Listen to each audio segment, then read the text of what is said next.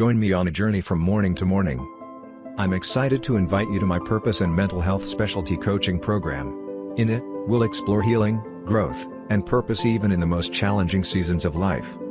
As part of my own personal grieving process, I've created a special segment entitled Mourning to Morning, inspired by the scripture, "Weeping may endure for a night, but joy comes in the morning." Psalm 35.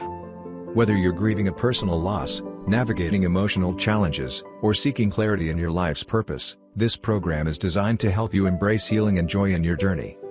What you gain: tools to navigate grief and emotional pain, strategies for rediscovering purpose through adversity, mental health coaching rooted in faith. Let's walk through the night together, trusting that the morning brings joy. For more info or to join, DM me or visit me on Facebook or Instagram.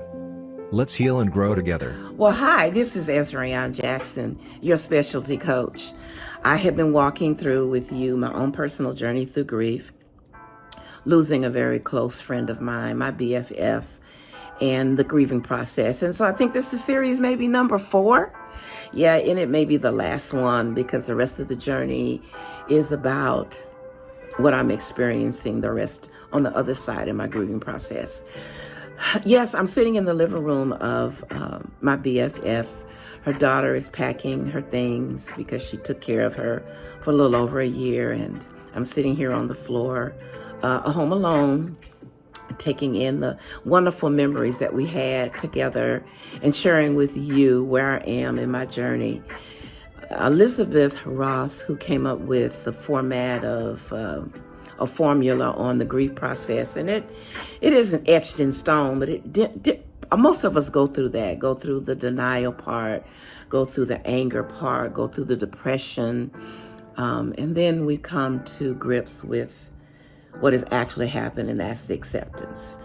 And it may not be in that order. You may not be angry. You may skip the anger part and go into depression. You may in depression a long time. I was depressed. I must admit that I had good support around me, not only my professional therapist, but my ministry support group that helped me through the process as well.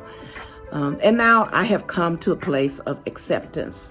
Acceptance doesn't mean that the grief isn't over with. It just simply means that you accept. And I named my process. I named it, the absence of my friend, the absence of her presence and her energy and her wisdom and her understanding who I am. So I am in a place of acceptance, but at the same time, I yet miss her. But there's more laughter. The depression is gone. Of course, I'm not angry with anyone. I'm not angry with her. I saw the decline in her health. And yes, I did pray, but she said she was tired. And when she said she was tired, I had to let her go and release her. So even in the acceptance part, during depression, during grieving, is compounded by a lot of other things. So this is the aftermath of the election where I was quite disappointed, and definitely not in a place of acceptance because I still got to fight. I am a warrior. I'm a civil rights activist. I'm a voice for the oppressed. Yeah, I am. And so I'm not resting in what the decision was, but I'm resting in the fact that I'm accepting it, but there's still a fight. And I don't hate anyone. I just hate the empire. I have a problem with the system of what the empire has created, and that's oppression. And so I continue my fight and I continue my journey. But the place of acceptance is a wonderful place. I'm reminded of Isaiah 61:3, that he says he gives me beauty for ashes and instead of mourning, and the garment of praise instead of the spirit of despair. So I lift up my hands and I say, yes, Lord. And I continue on and I keep coming. And I want you to keep coming. Don't get stuck in trauma. Don't get stuck in despair. Don't get stuck in grieving. Embrace it. Yeah. Embrace it. Call it what it is.